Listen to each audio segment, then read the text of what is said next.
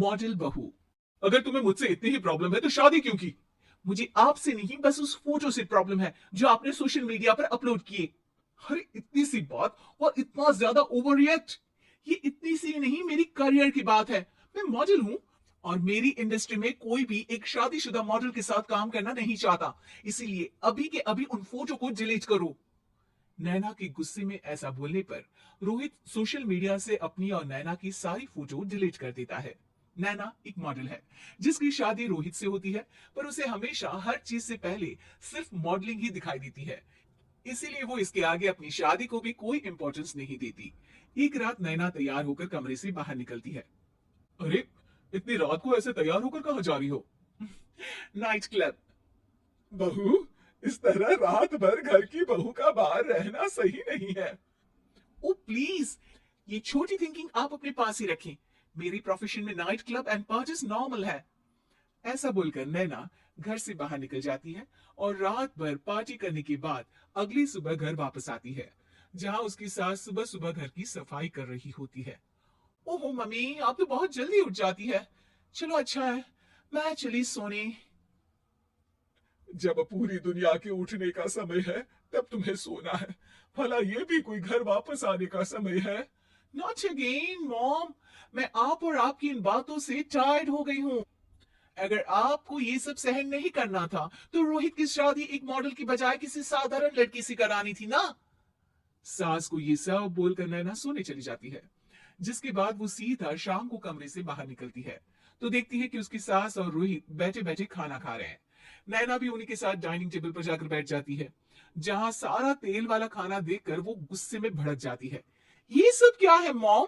आपको पता है ना कि मैं एक मॉडल हूँ और मुझे अपना फिगर मेंटेन करने के लिए हेल्दी फूड ही खाना होता है, नॉट लाइक यू। फिर भी आपने सारे खाने में तेल ही तेल भर दिया। बस नैना, बिल्कुल चुप।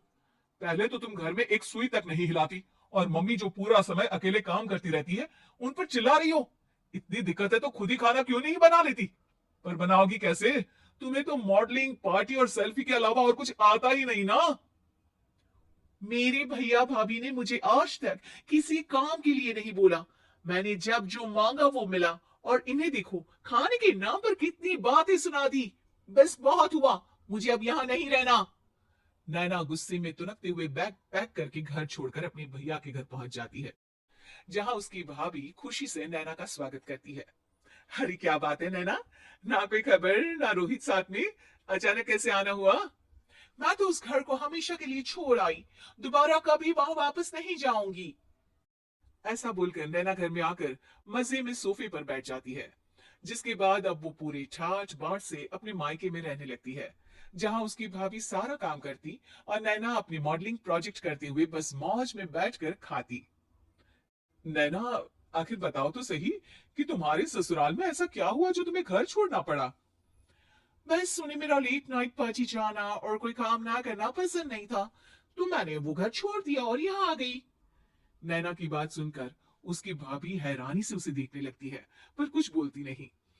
इसी तरह कुछ समय बीतता है और देखते ही देखते अब नैना के पास मॉडलिंग के प्रोजेक्ट्स आने कम हो जाते हैं, जिससे नैना बहुत परेशान रहने लगती है।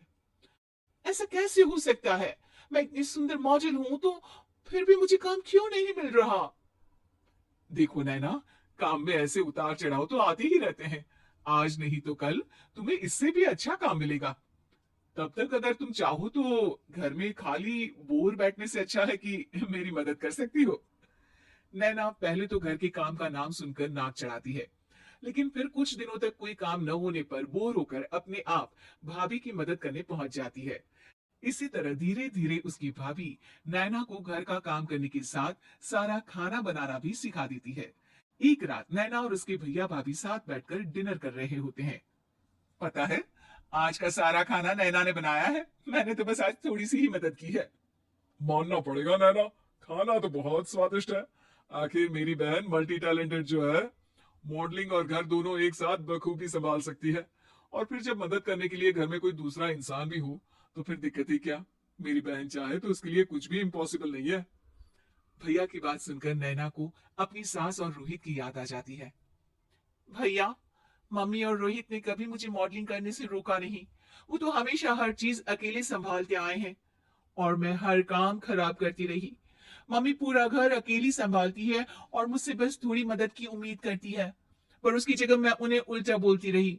गलती मेरी है भैया, मुझे अपने ससुराल वापस जाना चाहिए। जानकर खुशी हुई बहना कि अब मेरी छोटी सी बहन समझदार भी हो गई है। इसके बाद नैना अपने ससुराल वापस आकर रोहित और अपनी सास से माफी मांगती है और बाद में खुशी खुशी अपना मॉडलिंग और घर संभालते हुए ससुराल में रहने लगती है।